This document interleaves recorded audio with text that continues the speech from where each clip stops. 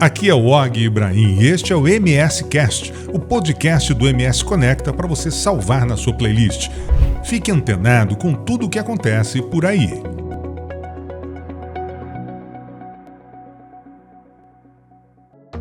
Como você já sabe, papo inteligente, papo interessante, só aqui no MS Cast do MS Conecta. E hoje nós vamos falar de empreendedorismo. Sabe com quem? Com um dos maiores empreendedores de Mato Grosso do Sul, do Brasil, talvez até do mundo. Ricardo Nantes. Este podcast é um oferecimento de Todeskine, a marca do coração da sua casa. HVM, elevando os padrões.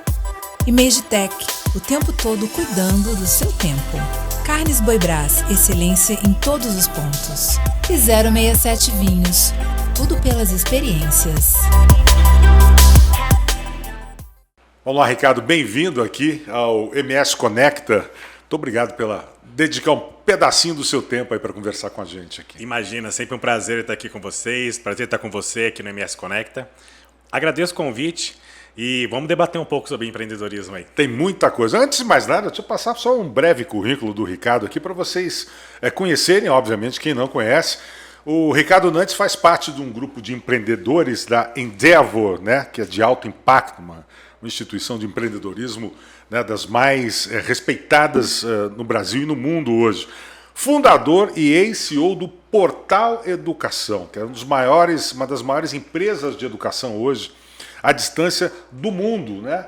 Ele criou, desenvolveu e foi vendido para o grupo UOL Folha de São Paulo. O Ricardo atua como mentor, membro de conselhos de empresas na área de educação e negócios, recebeu dezenas de premiações e homenagens aí pelos seus projetos profissionais e sociais no Brasil.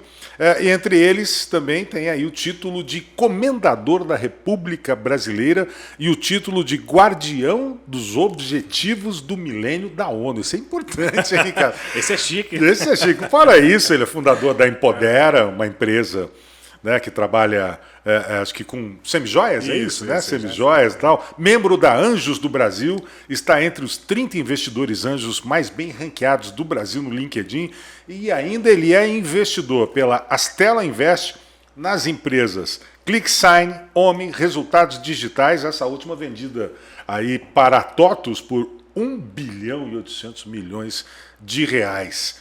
Só que o Ricardo, olha que interessante, o Ricardo é farmacêutico de profissão, né, empreendedor por paixão e mestre em saúde coletiva. Me explica isso, Ricardo. Como de farmacêutico você virou esse mega empreendedor que eu citei aqui? Pois é, Og. Muitas vezes as pessoas acreditam que eu sou administrador, alguma coisa nessa área, mas minha formação básica, né? Meu conhecimento analítico começou ali na área de farmácia, que foi que deu base, inclusive, para o Portal Educação. Porque, na verdade, o primeiro site que eu montei na época, que foi o inicial, era o Portal Farmácia, Farmácia Online, que a gente chamava. Que você criou aqui. Que eu criei aqui, isso, na casa dos meus pais. Não sabia programar, comprei um livro, inclusive aqui na... Tipo um COBOL, assim. Exatamente. Há muito tempo. Que ano isso, mais ou menos? Isso foi final de 99, mês 2000. Comprei um livro, aprendi a programar, fiz o primeiro site Farmácia Online. O site começou a ter visitas 13 por dia. As pessoas podiam comprar medicamento, pesquisar medicamentos ali? Era isso, era mais informação científica. E aí o público que entrava era farmacêutico. Começou 13, acho que 9 era eu, 3 da minha mãe, né? Um era alguém do Brasil. Começou a visitar e até que aquilo foi pegando fôlego. E aí comecei a pensar uma maneira de rentabilizar aquele público farmacêutico acesso, que entrava. Sim. E aí que veio a ideia de criar um curso na área de farmácia. Então, bem ou mal, a formação ajudou bastante, né? O sabe ser farmacêutico ajudou bastante para iniciar um nicho e para depois aprender cada vez mais sobre esse universo empreendedorismo. Eu sempre falo que empreendedorismo não é só... tem que ser na prática, né? A teoria é importante você aprender nas universidades, é importante você entender o conceito, mas realmente é o dia a dia, é o chão ali que faz você um bom ou mau empreendedor. Agora, dos remédios da medicação para a educação, né? O que te levou a criar o Portal da Educação? Isso.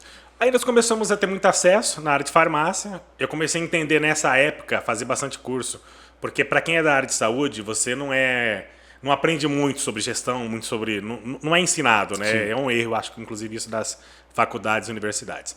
Então aí eu comecei a aprender bastante, fazer vários cursos aqui no Sebrae, vários cursos até mesmo online, né? Curso de gestão mesmo. Gestão, né? Ler bastante livro, exatamente. E comecei a entender ali que meu público-alvo, né, tipo farmacêuticos, eu comecei a ver ali qual que era o perfil de cliente que eu tinha naquela época, o que eu estava fazendo de certo e de errado. Comecei a aprender ali alguns conceitos que a gente fala de startups, né, quando nem existia o conceito de startup. Nem sabia o que era, direito. Nem sabia o que era. Mas enfim, o que é CAC, custo de aquisição de cliente, o que é recorrência, o que é isso aí. A hora que eu comecei a entender isso num nicho que era de farmácia, aí eu comecei a replicar para as outras áreas, enfermagem, administração, gestão, pedagogia, e aquilo foi dando certo. E aí, como tinha vários sites, eu resolvi criar, né, na época já junto com meus outros sócios, a gente criou uma marca que pudesse englobar todas essas áreas, que foi o Portal Educação. Portal Educação. Aí veio o UOL, fez uma proposta assim, milionária, né? Isso, aí no final, o UOL veio aí por volta de 2012, eu fiquei na gestão até final de 2014, né, junto com eles. Até então está sendo tocado no UOL. Hoje é a base, né, do UOL, o UOL de Tech, hoje é a maior empresa online de educação do Brasil, está com eles ali com o UOL, onde eu fico muito feliz de saber que o Portal Educação ali é o CERN, é o centro desse conhecimento com eles. Fez a proposta e com 36 anos literalmente estava aposentado, né? Mas não queria parar, né? Novo, querendo fazer muitas coisas ainda. Já tem 7 anos.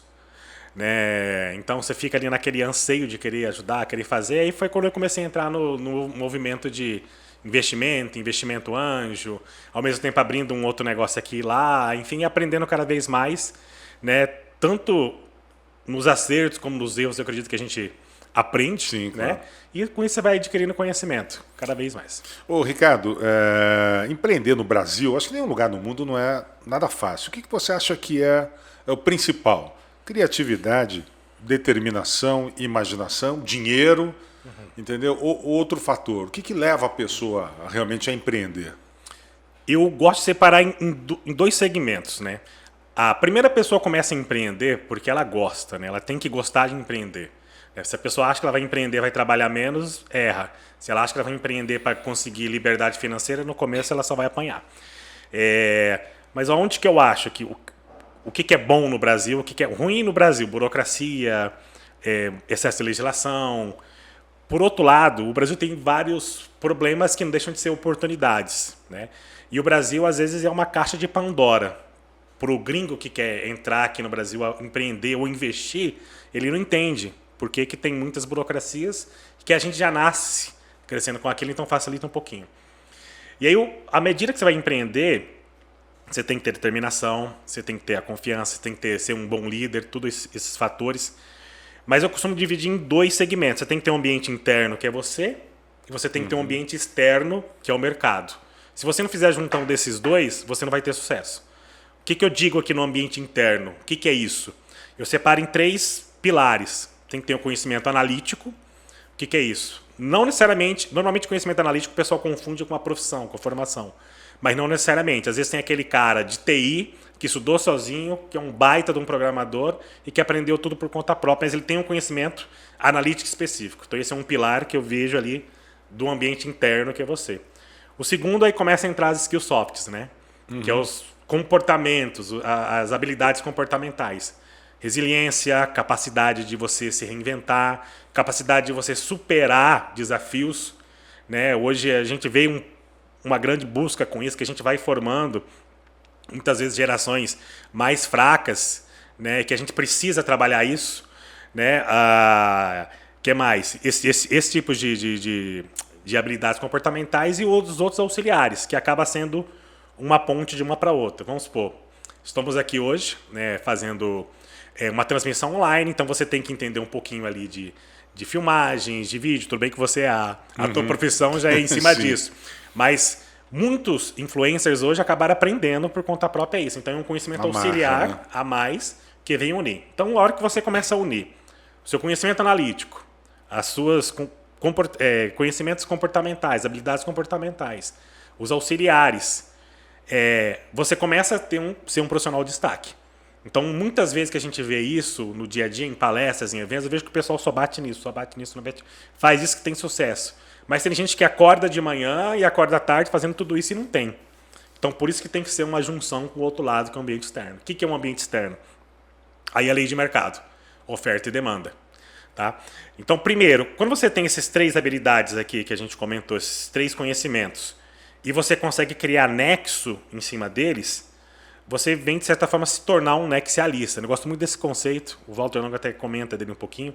Ele surgiu lá em 1950, não sei se você sabe da história, falar rapidamente, sim, contar a história aqui. Mas o nexialista era o quê? Existia um livro em 1950 que era acho que se eu não me engano, Missão Interplanetária. Era uma nave de cientistas que exploravam o universo e nelas tinha vários tipos de cientistas. O cara bom em matemática, o cara bom ali em física, o cara em física quântica. Então tinha todo mundo lá. Cada um na sua área. Na sua área e conhecimento muito específico. E tinha um cara lá, que era um nexialista, que ele não era doutor, ele não tinha nada disso, e ele era meio no começo desdenhado pelos caras. O que esse cara está fazendo aqui, né? Mas quando surgia um problema, né, para ser resolvido, o físico pensava em física, o biólogo em biologia, cada um na sua área. Mas quem conseguia criar um nexo entre todos os conhecimentos era exatamente aquele cara, o nexialista. Então, era um pouco especialista em cada uma daquelas áreas, né? Sabia como unir, conectar uma com a outra. Criava um nexo e resolvia. Então ele começou a ganhar respeito. Então a hora que você se torna, através desses 3 conhecimentos, se torna um nexialista, desses 3 conhecimentos básicos, você tem que estar embutido ali num ambiente externo, que é a lei do mercado. O que é o mercado hoje? O mercado respeita uma regra, oferta e demanda. Né? Se você tem um produto que está em escassez e muita gente procurando, o preço, o valor dele tende a aumentar. Sim. E o contrário também é verdadeiro. Então a gente vê muita gente hoje... Por que a gente encontra hoje doutores em alguma área que estão desempregados? Porque ele tem o conhecimento, teve tudo isso daqui, mas a área que ele atua hoje não é uma área que demanda de muita gente. Sim, quer dizer, uma área pequena, de repente. Pequena, que não está em procura, que está, enfim. A gente pode até discutir mais para frente, inclusive no setor de tecnologia. Sim, e no de medicina, exatamente. Então, a hora que você tem esses dois lados, a hora que você tem o cara bom aqui e esse nexialista bom, está trabalhando dentro de uma área que tem oferta e demanda, o negócio tem de tudo para dar certo, tem sucesso. Então, muitas vezes eu vejo o cara que tem todos esses conceitos e está dentro de uma área onde a oferta e demanda não está sendo respeitada, e o cara que é ruim que está dentro de uma área que está boa. Então, por que esse cara que às vezes expõe, mas eu sou melhor que ele? Aquele cara é ruim demais, como é que ele está tendo? Porque ele respeitou a lei de mercado. Entendi. Abriu um negócio, abriu um serviço, onde está tendo muita procura, pouca demanda, e aí os poucos que tem crescem.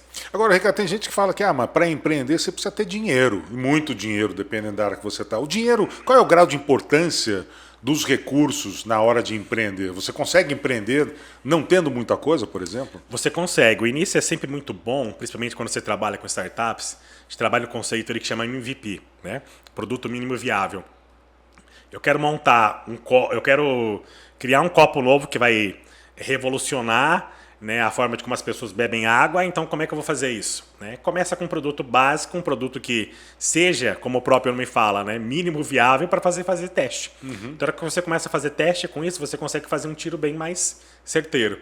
Essas são umas críticas, às vezes, que eu tenho com alguns tipos de consultores e empreendedores de palco, que às vezes eles oferecem, né, uma solução muito grande, fala para o cara investir nisso, investir naquilo, mas o cara está começando agora, ele tem pouco recurso, ele tem pouco dinheiro. E às vezes, quando você aposta muita grana em coisas que você não tem certeza do que vai funcionar ou não, é que onde as pessoas acabam falhando. Naufragando. E aí desistem no meio do caminho. Porque desiste, não gosta, fica com medo, enfim. É uma falta de hoje, talvez de expertise, você não precisa de muita coisa. Eu não vou comprar um melhor sistema de gestão que eu estou começando agora. Vou fazer no papel, vou fazer no Excel, né, por enquanto, esses controles, e depois eu vou atrás desse outro sistema, e depois eu vou melhorando. Então você vai aos poucos. Agora a gente vê que muitos empreendedores iniciantes, eles naufragam muito cedo por causa da ansiedade. Eles não têm, talvez, a maturidade de aguardar o tempo certo, ou da maturação do seu negócio, e acabam desistindo logo ali. Qual é a regra que se usa para isso? Quer dizer, a gente tem que esperar quanto tempo o negócio dá certo, Porque, por exemplo, um amigo meu me falou que está batalhando um negócio, está desenvolvendo um negócio há 17 anos. E agora que parece que está dando certo. Quer dizer, tem uma regra para isso, do tempo de maturação do teu negócio, para você desistir? Ah, não, isso aqui não vai dar mais porque já passou o tempo. Tem isso ou não? Eu acredito que sim. Eu usaria sempre o outro lado aqui do ambiente externo, a questão da oferta e demanda. Se você está desenvolvendo muito um produto que você não tem um mercado abrangente para eles, você tem que avaliar. Você sabendo que aquele produto, aquela margem que você vai ter, aquele crescimento, ele para naquele montante quantitativo que você vai ter. E você não vai ter muito mais além daquilo. Então, a regra que eu colocaria nesse ponto é ele avaliar em que momento que você acha que ele vai crescer ou não. Primeiro, avaliar a oferta e demanda. Segundo ponto, avaliar qual que é o custo de aquisição que eu estou trazendo no cliente. Quanto que esse cliente está me trazendo de venda por ano, que a gente chama de lifetime value ou recorrência, né? Quanto é que ele está me trazendo de retorno por ano, qual que é a minha margem em cima disso. Se eu aumentar o meu investimento em marketing, eu vou conseguir quantos leads, que é um nome, um e-mail, um contato com ele, e esses leads no final vai me converter quanto em venda. Né? Então, a hora que você consegue juntar esses números, você não precisa de ter lá 1 milhão de pessoas, você pode ter 100, você tem os indicadores, você aumenta a tua margem de receita de marketing, você consegue adquirir mais 200 pessoas, você verifica se os percentuais estão continuando e aí você vai aumentando gradativamente até verificar. Eu sugiro fazer isso. À medida que você vê que está certo, aí você começa a apostar um pouco mais alto. Por quê? Porque você já testou antes, você já viu num ambiente menor se aquilo pode ou não estar dando certo. E lembrando, se você estiver num meio onde a oferta e a demanda não é tanta, você sabe que ele vai estagnar numa certa hora. Se você estiver satisfeito com aquele número, está tudo certo. Porque o conceito de sucesso é muito diferente de pessoa para pessoa. Né? Por exemplo, sucesso para mim é liberdade. Que você, né, quero ter meu horário, fazer minha liberdade. Você não quer... Ou para outra é ter coisa material, que eu acho... Ganhar 100 mil, 200 mil reais por mês, aquela coisa Exato, toda. Né? Enfim. E tem outros que acabam entrando numa bola de neve. Né? Você ganha mais, mas você compra mais coisa, aí você compra mais coisa, vem mais imposto, vem mais manutenção, aí você fica naquela bola de neve, naquela corrida de rato constante. Por exemplo, você começou no meio farmacêutico, né? Hoje depois migrou para a educação, aí depois veio a empresa Empodera, que é semijoias e tal, não sei o quê. Hoje você também investe em outras empresas de diversas ramificações, diversos segmentos diferentes e muitos que não têm nada a ver um com o outro. Como é que você define aonde investir? Né? Você já falou, lógico, que tem as oportunidades, tem o mercado e tal, mas assim, você que tinha um grande conhecimento em farmácia foi para a educação, depois foi para semijoias. Né? E quer dizer, como é que você define, poxa, esse aqui é um nicho bacana, né? além da questão do mercado, da demanda e tal, não sei. Ótima pergunta. Eu acho que essa migração acabou acontecendo de forma natural. Principalmente quando a gente falou das skills softs, do conhecimento, da habilidade comportamental, e aquela capacidade de você estar se refazendo constantemente. Então, cada oportunidade que chegava, eu aprendia um pouco daquilo, verificava se era uma oportunidade de negócio ou não. E aquela questão também de superar adversidades. Então, o pessoal acha que foi só acerto, não. Teve altos e baixos, graças a Deus, sempre para cima. E em cada um deles, você tem o aprendizado. Então, isso acabou acontecendo de forma natural, vou dizer assim, né? Você vai buscando, vai entendendo, você migra aqui, você entende aqui. Eu tento respeitar isso aqui que eu falei para você, desses dois ambientes, primeiro eu e depois eu atuar no ambiente de fora. Então, diante disso tudo, você vai ampliando a sua visão de negócio. E essa prática, não adianta, você não vai aprender, você vai aprender na faculdade, na teoria, você vai aprender na prática. Né? Então, a hora que isso foi acontecendo, você vai aprendendo e entendendo como é que funciona o mercado em relação a isso. Quer dizer, mesmo que você entre no mercado que você não conhece, de repente... Algumas coisas, às vezes... Ou você só entra naquilo realmente que você estuda a fundo antes de entrar. Eu gosto de entrar em negócio que dá escala. Escalabilidade. O que é escalabilidade? É qualquer negócio que você cresce, a receita cresce descolada da despesa. Vou resumir assim. Tipo, você tem lá o seu... Você não precisa aumentar a despesa para ganhar mais, Exato. Em resumo. E eu aprendi isso com o Portal Educação. A gente chegou a ter, até onde eu fiquei, mais de 1 milhão de estudantes, mas para trazer isso fisicamente num prédio não dava. Impossível. Exatamente. Então era a escala que a gente conseguia fazer aquilo de forma online, onde a gente conseguia escalar. Né? A receita crescia, descolada, os custos não cresciam da mesma maneira, cresciam ou ficavam estagnados, ou cresciam bem menos do que crescer receita. Coisa que você não consegue fazer com uma padaria. Padaria, tipo, eu preciso vender mais, eu tenho que vender mais pão, tenho que aumentar minha estrutura. Fazer mais clientes entrar ali, né? Exatamente. Então, tem que aumentar a estrutura e tal. Então, é errado ter padaria? Não. Aí o desejo é de cada um. Tem gente que gosta de trabalhar assim, eu prefiro os negócios escaláveis. Então, aí, respondendo a questão, olha o mercado, oferta e demanda, procuro primeiro negócios escaláveis, procuro tendências que vão estar acontecendo nos próximos 2, 5 anos, né? E depois eu olho as pessoas. A gente olha as pessoas. Essa mesma regra você usa, por exemplo, para investimento nas startups? Também, eu diria isso. Tem que ser escalável. Tá? Escalável, e aí o escalável, além desse conceito que a gente falou, depois a gente olha eu olho o mercado, a tendência, verifico se aquilo é uma tendência realmente de oferta e demanda a médio e longo prazo, e depois a gente olha as pessoas. Embora isso, através do fundo, quem acaba fazendo mais isso dos fundos esses que a gente investe um pouco mais é a Astela, né, de Venture Capital, a startup, mas a startup acaba usando a mesma regra. Em relação às garantias, quer dizer, você entra num negócio necessariamente que te dê uma garantia de retorno, caso não dê certo, ou a garantia é um negócio de risco? Não tem garantia. Não tem garantia. Não tem garantia. Quando você investe numa startup, faz um investimento, você coloca a grana, a garantia é 0, você tem que ficar ali num período que varia de 7 a 9 anos, na expectativa de ter um resultado, né? Acreditando no negócio, acreditando nas pessoas. Então isso é importante falar, porque às vezes as pessoas acham que é simples você investir, acham que é só colocar, ver em casos que dão certo, mas tem muitos casos que não deram certos. Né? Por exemplo, lá na Astela, nesse fundo que a gente está participando, de 7 empresas que a gente investiu, diria que 3 não deram certo, uma delas quebrou, né? 3 deram muito certo e essas 3 acabou puxando o resultado de forma estrondosa. Então isso é bom. Mas é tudo uma aposta, é um risco. E normalmente quem acaba apostando nesse segmento, além dos fundos, acaba sendo as próprias histórias de empreendedores como o que aconteceu comigo. Empreendedor que tinha um negócio, que vendeu para um grupo, para um fundo, se capitalizou e acaba voltando com a grana no próprio ambiente de retornos. Isso acaba sendo muito comum, não só no Brasil, mas no mundo inteiro.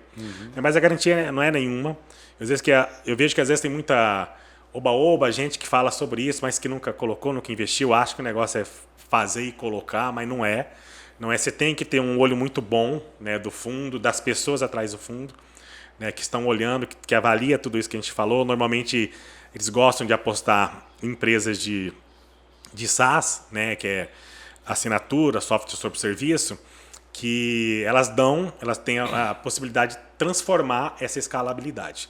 Mas quando você consegue acertar tudo isso e entra, aí o resultado também é muito grande, né, em cima disso. Se eu não me engano, da RD para cada real que a gente colocou foram 20 vezes, né, de retorno, não tenho certeza disso, mas da OMI, né, vai ser bem mais que isso. Vai ser bem mais que isso a partir do momento que a gente fizer a última saída daqui a 2 anos, por exemplo. Então, são empresas, são negócios que você consegue, se você acerta a empresa, acerta o empreendedor, acerta o mercado, a oferta e demanda, o resultado é muito bom. Agora, como é que funcionam esses fundos de investimento? Como é que faz para você fazer parte de um fundo desse? Logicamente, eu entendo que é uma reunião de investidores, né, que decidem, olha, nós vamos investir aqui, vamos comprar ações aqui, vamos entrar naquela startup, mas como é que se faz para você fazer parte de um fundo desse? Tá.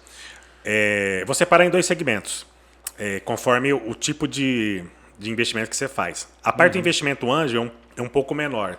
Você aplica recurso um pouco menor, que muitas vezes varia aí de 1 até 7, né, investidores anjos que você aporta numa empresa. Cada um coloca um percentual. Você normalmente escolhe um investidor, né, da área para acompanhar aquela empresa. Normalmente um investidor que tenha uma experiência sobre aquela área que ele atuou. E você aporta. E aí funciona. Como é que funciona a lógica do ganho? O investidor anjo está aqui, ele fica um período, ele vai vender depois a participação dele para um fundo maior, para um grupo maior, aqui no meio de campo. Então a gente tem investimento anjo, né, o capital semente, investimento semente, né, que fica entre o anjo e a série A. A série A já começa a subir os valores. Então, conforme série A, série B, série C, aí já são fundos mais parrudos, vamos falar assim.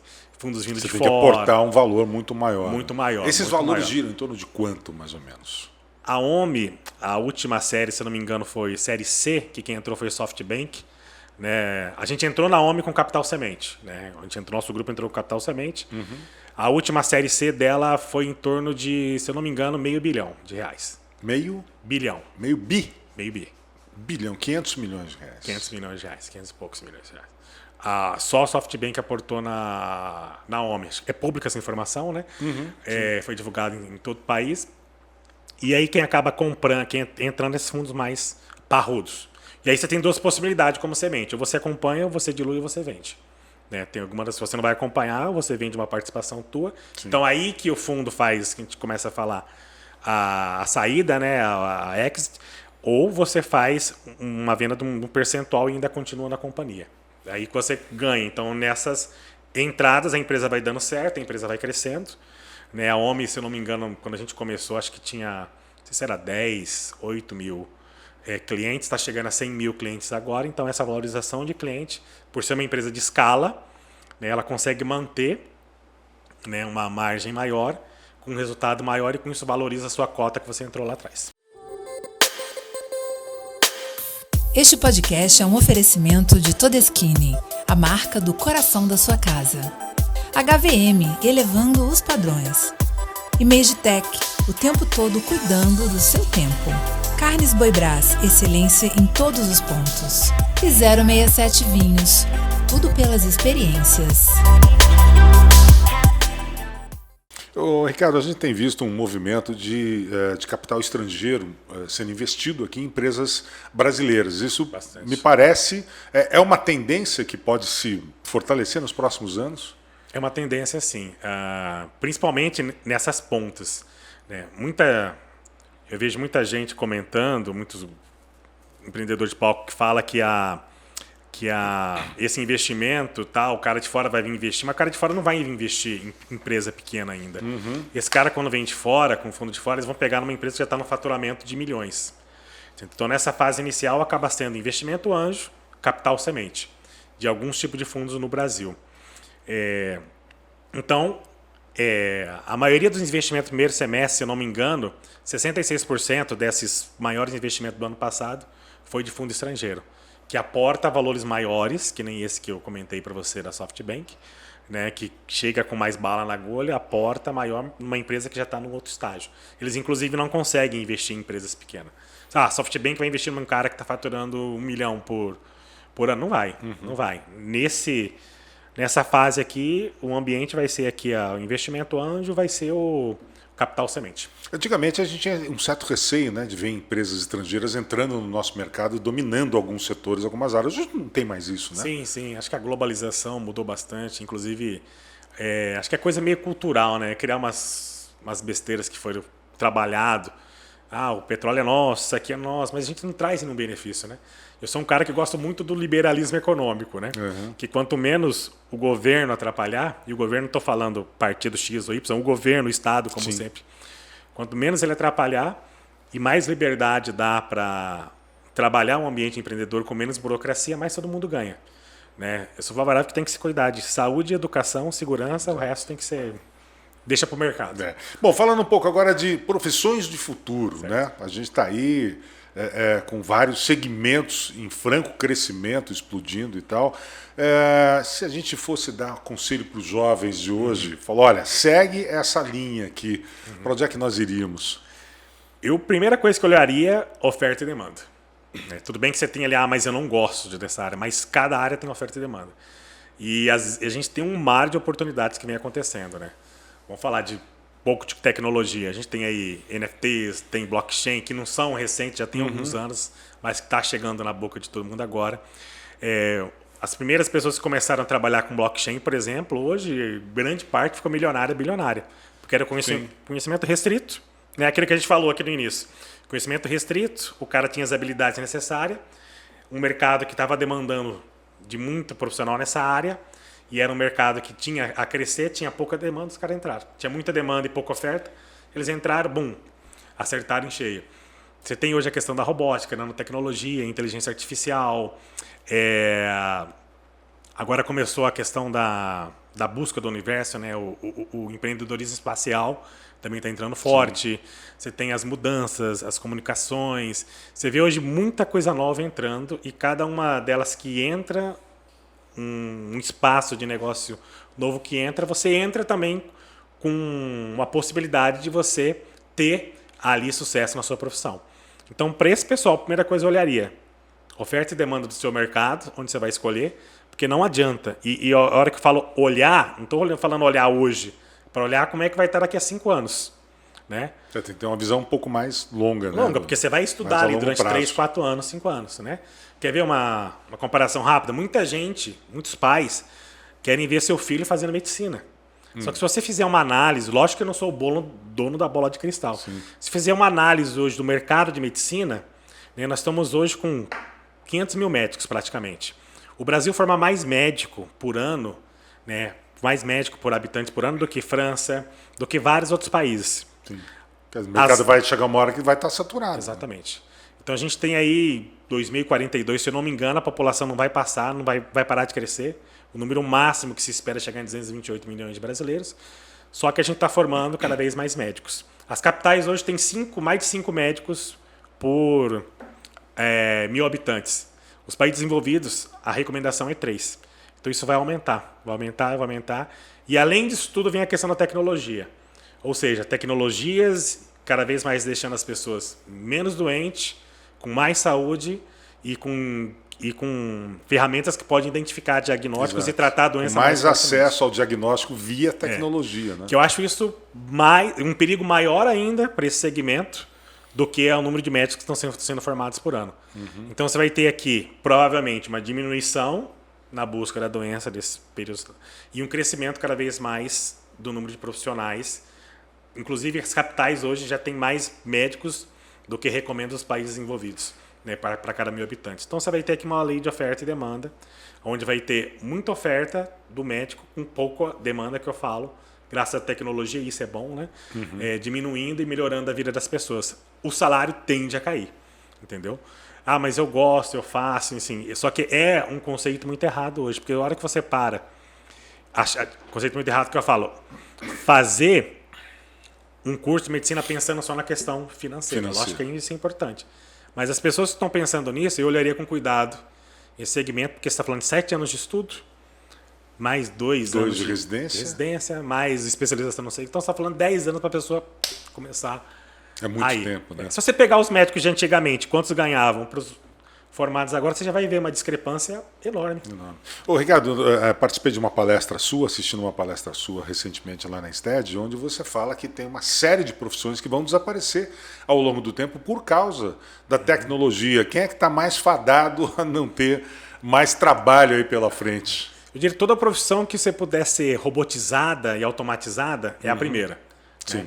Então, call center acho que está aí na frente, né? Taxistas, assim como motoristas, né, também, porque a proposta original do Uber não é o motorista do Uber, é o carro autônomo. Sim, né? Então ele já tem essa pesquisa, sabe que o carro autônomo ele vai tirar ali, né, vai chegar em até 50 segundos na sua casa, vai parar na rua, não vai ter um motorista e cabe até 2 pessoas. Isso já está em funcionamento nos Estados Unidos, já tem, em parte da Europa já tem, né? Já está indo. Em testes isso e já funcionando praticamente. Exatamente. E aí, a internet, a web 3.0, a internet de alta velocidade, está faltando isso para exatamente isso começar a explodir no mundo. Aí vem a internet das coisas também, que vai facilitar muita coisa. Vai unir tudo ali. Por quê? Porque na hora que o carro precisar mandar um sinal, voltar, o que ele vai fazer? Você precisa ter uma rede de conexão muito boa no mundo hoje. Mas o projeto já começou, isso é questão de tempo. Então você pega os caminhoneiros também, que hoje fazem greve, acho que dificilmente também vai... Já tem caminhão autônomo, né? Então você vai fazer as entregas ali com mais segurança, com menos problemas. Então são profissões que eu olharia com mais cuidado aí nos próximos anos, com certeza. O profissional do direito, o advogado, você comentou sobre isso também na palestra. Também. É uma profissão que tende a diminuir muito, né, no futuro, porque você pode fazer consultas e ter hoje uma consultoria muito eficiente, né, no direito. Exatamente. Algumas coisas são muito específicas, vai ter que acabar continuando. Mas como é a questão de oferta e demanda? Mesma coisa, o advogado hoje. Se você pegar os advogados de 20, 30 anos atrás, hoje estão bem remunerados, ganharam muito bem, ganharam muita grana. Hoje o profissional que está saindo Já é mais difícil, porque tem muita oferta no mercado. Sim. E além disso vem a tecnologia. Tem softwares hoje, por exemplo, que avalia, faz a leitura de contratos. Antigamente você tinha que ter vários advogados analisando, marcando. Hoje um software consegue verificar se alguém alterou de maneira indevida um contrato de forma assim automática. Muito mais rapidamente, com mais precisão até, né? Exatamente. Ricardo, então a gente está falando muito em tecnologia. O que você acha, né? O que você acredita que pode ser aí as grandes mudanças que ainda estão por vir? Porque nós, vamos colocar aí nos últimos 10 anos, né, que é um tempo muito curto para a evolução da tecnologia, nós tivemos assim novidades fantásticas, né, nos ajudando a nossas vidas. O que você imagina que ainda vem pela frente para facilitar as nossas vidas? Uma coisa interessante do conhecimento e da tecnologia é que ela vem de forma exponencial. E a maneira como a gente olha as coisas é de forma linear. Exponencial é escalável, né? 2 × 2 = 4, 4 × 4 = 16 e assim vai. E o linear, 1, 2, 3. E a gente tem essa dificuldade de enxergar isso, mas o conhecimento é exponencial. Uhum. A Universidade da Singularidade, inclusive, fala que por volta de 2045, 2050, a gente vai ter a singularidade no mundo, que o conhecimento vai ser tão vasto, tão bem distribuído, que do dia para a noite você não sabe o que vai ter, o que vai acontecer, o que vai ter de inovação e de evolução no outro dia.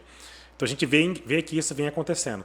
E a hora que você fala de tudo isso, você acaba envolvendo máquinas. Uma das profissões que eu acho que vai ter já está tendo uma grande disputa, é o segmento de tecnologia, de profissionais de TI, né, que hoje a gente disputa e vem americanos, né, europeus buscarem, por exemplo, brasileiros. Você disputa a vaga com eles hoje, com dólar, com bitcoin, você está disputando o salário com eles. Uhum. E se o cara ali, o básico, não começa pagando o cara com valor mínimo, já o cara nem te ouve. Tem gente no LinkedIn que recebe, sem sacanagem, por dia 40, 50 propostas de emprego. E se ele fica ali mais de 1 ano, 2 anos, já começa a ser muito. Por que isso? Né? Por causa do apagão tecnológico. E a pandemia contribuiu mais ainda com isso. Porque ela fez ali em menos de 1 ano o que deveria acontecer em 6. Então antecipou tudo isso. Resumo, só no Brasil a gente tem aí até 2025 400, 450 mil vagas no segmento de profissional de TI e a gente está formando 40 mil profissionais por ano. Quer dizer, falta uma estrutura melhor para a formação de mão de obra para esse mundo que está se abrindo, né? Oferta e demanda. 400 mil vagas, com 40 mil formando, em 3 anos, você está falando de 120. Você vai ver que o salário dessas pessoas aqui vai aumentar cada vez mais, como já está aumentando. Para quem trabalha com empresas de tecnologia que demanda profissional de TI, eles começam a enxergar que eles estão perdendo profissional hoje, muitas vezes para americano, porque o cara consegue trabalhar em qualquer lugar. Aqui em Campo Grande, por exemplo, né, nós sabemos que a falta de mão de obra do pessoal, né, principalmente do ADS, né, que é Análise e Desenvolvimento de Sistemas, Sim. é imensa, que está vindo muita gente de fora trabalhar aqui e com salários altíssimos. Sim. Né, porque não se tem aqui em Mato Grosso do Sul mão de obra especializada para isso. E já existem grandes empresas que estão demandando demais essa mão de obra. Exatamente. Né? Mas não é só aqui não, isso é geral, Otto. No país inteiro. No país inteiro. Isso está acontecendo no país inteiro. E eu diria no mundo inteiro, né? Porque hoje a gente disputa vaga com o mundo. O programador, o cara está na casa dele atendendo uma empresa americana. Pode atender, e recebendo em dólar. E aí acaba tendo, porque lá eles não têm legislação trabalhista, então por isso que muitas vezes a gente tem que rever né, algumas burocracias no Brasil, algumas regras que as pessoas não gostam de discutir. Mas se isso não acontecer, né, cada vez mais o mercado externo vai estar pegando nossos talentos, né? Ô, Ricardo, muito se fala em inovação. Nós vivemos a era 2.0, hoje estamos vivendo a era 4.0 da inovação e tal. Mas, na verdade, o que é inovação para você? Eu acredito que inovação para mim, quando você tem a criatividade, né, você tem algo criativo para se fazer, você consegue viabilizar essa ideia. Você viabilizou aquela criatividade, viabilizou com uma ideia, implantou, e isso te trouxe um resultado, ele virou inovação. Resultado que eu falo, resultado financeiro mesmo. Seja em economia da empresa, seja em mais receita. Ele tem que trazer esse resultado. Você não pode falar, eu inovei e no final você não tem como medir. Entendi. Financeiramente ou em economia. Então você tem hoje a inovação incremental, que às vezes o pessoal, inovação é só tecnologia. Não. Você pode pegar um roteiro de processos, né? Exatamente. Eu peguei esse processo a fazer desse jeito, eu mudei assim, e com isso eu ganhei 1 hora a mais o meu tempo. TMP dinheiro, você consegue quantificar isso. né? E também tem de tecnologia. Então você tem a incremental, você tem a radical, que é que a empresa fez uma inovação e mudou de forma mais abrangente. E você tem aquelas disruptivas, né? Que aconteceu, por exemplo, com o Uber, com o próprio Google, com a Netflix, que mudaram em todo um conceito de status quo hoje no Brasil, no Brasil não, no mundo, de negócios na área de empreendedorismo. E, cara, a gente vê que as pessoas estão mudando o seu comportamento, o seu conceito sobre várias coisas. Eu vou dar um exemplo meu, por exemplo, que eu não tenho mais casa, vendi a minha casa, peguei o dinheiro, botei num fundo de investimento, numa aplicação, eu vendi o meu carro pessoal, coloquei o dinheiro aplicado no fundo de investimento e hoje eu moro de aluguel e ando de carro alugado. E quando eu falo isso para as pessoas falam, mas você é louco, você não tem uma garantia para o teu futuro. Eu falo, como não? Está lá meu dinheiro aplicado, essa é a minha garantia para o futuro. Exatamente. Você acha que as pessoas ainda estão muito ligadas, o brasileiro ainda é muito ligado naquela coisa do ter, do possuir, né, como garantia de vida e tal? Muito. Ou está mudando, isso começou a mudar, né, e as pessoas estão repensando um pouco mais os seus conceitos de ter ou ser ali? Eu acredito que já foi bem pior, mas isso acaba sendo uma questão cultural, né? Acaba sendo uma questão cultural que as pessoas não entendem. Porque a gente não aprendeu na escola, eu diria que 99% das pessoas hoje não entende o básico sobre finanças, sobre investimentos. Não tem essa disciplina nas escolas Exatamente. hoje, né? Inclusive, parece que a prefeitura criou agora, né, dentro das escolas da rede municipal, a disciplina de empreendedorismo, vai ensinar empreendedorismo nas escolas. Isso é ótimo, porque as pessoas não entendem isso, né? E acho que junto com o empreendedorismo tem que falar bastante sobre finança ali, exatamente para acabar. Porque é uma coisa que vem de pai e mãe. Tem que ter casa própria, tem que ter casa própria. É uma desculpa. Tudo bem, você está com grana sobrando, não sei o que, você quer comprar casa? Acho que vai e compra. Mas se você for lá financiar uma casa, no final você está pagando duas. Às vezes nem o carro é a mesma casa. coisa. O carro é pior ainda. Pior ainda, você paga 4 carros ao final de um financiamento. Não é investimento. E aqui, vamos falar aqui do nosso estado, a gente tem um péssimo costume que as pessoas pensam em investimento em construir imóvel. Não que não seja, é um investimento. Né? Mas, cara, ele só pensa em investimento, constrói imóvel, compra apartamento, compra aquilo. Ele cresce, ele tem o seu investimento, mas o cara às vezes vai ali no oba-oba. Por quê? Porque falta esse tipo de conhecimento da pessoa querer ter e não usar. E não ser, né? E não utilizar. Você não precisa ter a casa. Tanto é que a Alemanha, se eu não me engano, 80% das casas lá não são de donos, eles as pessoas alugam. Não tem os proprietários. Né?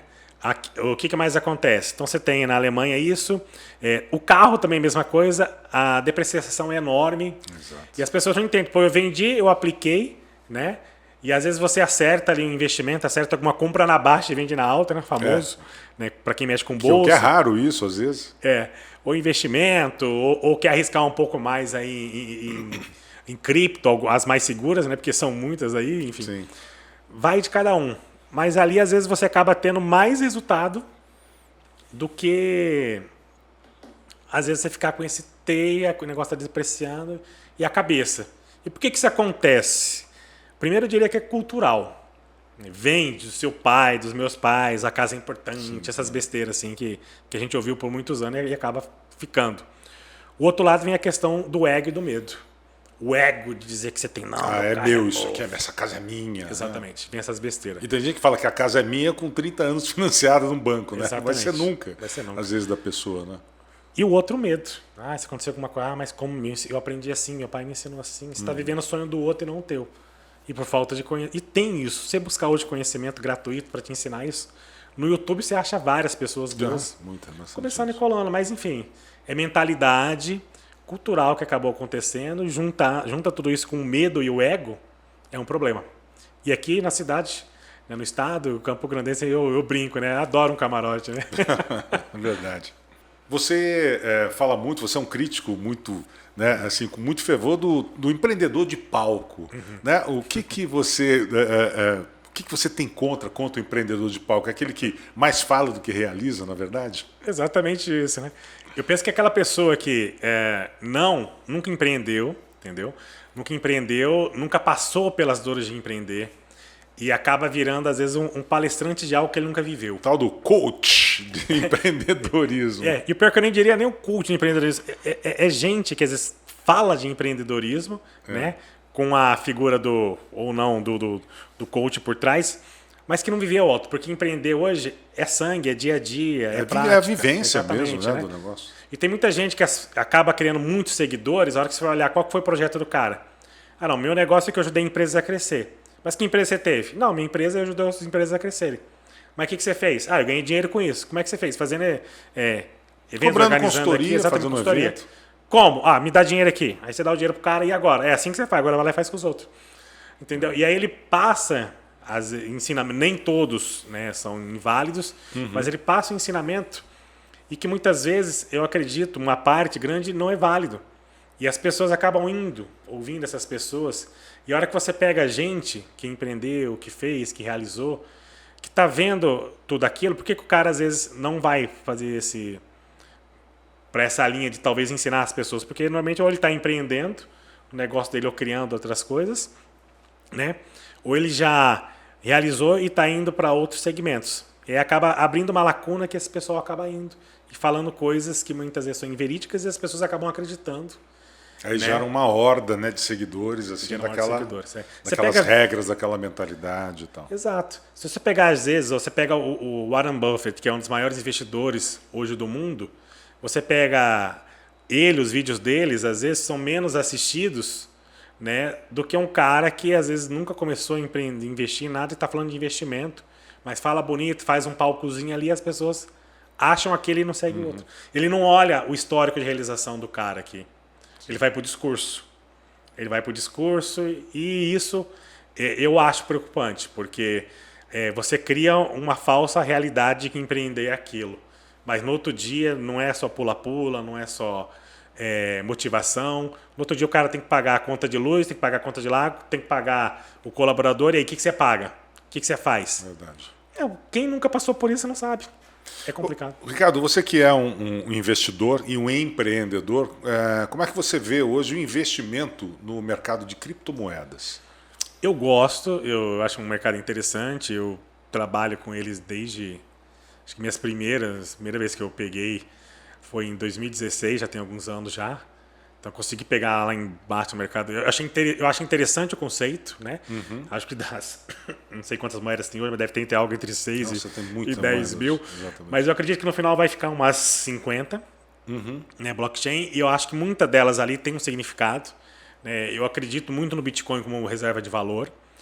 As pessoas falam que é Ponzi. Muita gente faz ali esquemas de forma ilícita com ele. Mas ele é um item colecionável que não é rastreável, que você consegue trabalhar isso para todo mundo, sem a interferência, muitas vezes, dos Estados. Né? Tá vivendo agora a questão da guerra da Rússia e da Ucrânia, então pior que foi dos dois lados, né? Mas tanto a Ucrânia está conseguindo trabalhar para quem tinha Bitcoin, né, que lá suspenderam o uso de banco, para quem está conseguindo trabalhar. Tanto que ele voltou a reagir agora essa semana. Né? Exatamente. Então ele tem ali, ele dá essa liberdade, né? É um número restrito, reduzido. Aí você tem outras, né? Ethereum, você tem as do metaverso, você tem algumas de Web 3.0, que você pega e as pessoas que compram internet e compartilham essa rede no mundo começam a fazer o pagamento em moeda. Então aquelas moedas de play to earn, né? Moedas que você joga para ganhar. Sim, joga para ganhar nos joguinhos, dos games, as cripto games, as né? Cripto games, então que você pega, inclusive lá na regiões, países como a Filipinas, que ela movimentou tanto o PIB e está ajudando tantas pessoas a ter uma fonte de renda que eu acho muito bacana. Então, eu acho que todo o conceito ali da rede do blockchain e de algumas criptos que estão entrando, eu acho que elas estão vindo aí realmente para mudar um pouco o segmento. É arriscado, porque tudo que é novo gera medo e é arriscado. Mas é algo que eu tenho interesse, que me agrada, assim, arriscar um pouco em apostar assim. E você acredita no metaverso, no tão famigerado metaverso que está se criando, que às vezes parece um pouco assustador, né? A gente imaginar que daqui a pouco as pessoas que já estão muito imersas hoje na comunicação online vão estar mais imersas ainda no mundo fictício. Sim. Né? Você acredita muito ainda nesse conceito? Não? Eu estou acompanhando, eu acho que vai mudar muito. Para a área de educação, acho que vai ser muito bom. Tá? Para a área de ensino e educação, você entrar, você emergir.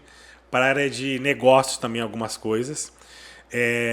Eu não sei se... Isso a gente vai ter que ver, só o futuro vai dizer, né? Eu sou um do que não gostaria, eu não gosto. Eu gosto muito de viver, né? Eu gosto da natureza, eu gosto de sentir, eu gosto de conversar. Eu gosto também de entrar lá dentro. Dificilmente eu seria aquele perfil que ficaria muito tempo lá dentro. Embora você tenha hoje essa geração nova que está com 5, 6 anos que trabalham em jogo, que fica aquela dúvida até que ponto tá. Mas eu não acredito, né, que elas ficariam... Eu acho que vai ter um ambiente, eu não acredito que elas ficariam tanto tempo. Sim. Embora hoje tem louco para tudo. Né? Tem gente hoje que aluga... Você acha que isso não vai consumir o ser humano assim... imensamente. Vai ter um ou outro, mas vai não ter ser uma coisa que vai dominar, por Exatamente. exemplo, a nossa civilização hoje. Eu quero fazer um curso, eu quero aprender sobre determinar, ou a aula hoje pré-prática sobre a biologia vai ser aqui. Então a imersão vai ser muito melhor. Você vai entrar num ambiente próprio, vai poder manipular aquilo. Exatamente. Jogo também é muito bom. Sim, você pode comparar isso com o mercado de jogos. Os jogos já são um metaverso hoje. Exatamente. Né? Já existe há bastante tempo. Então você tem um percentual que está lá jogando, que está direto, mas não é toda a população. Né? Eu acho que o ser humano precisa interagir, precisa ter os dois lados, você tem que ter o bom senso ali em todas as áreas. Mas eu acredito que vai ser um segmento a ser bastante explorado pelas empresas e também pelas pessoas.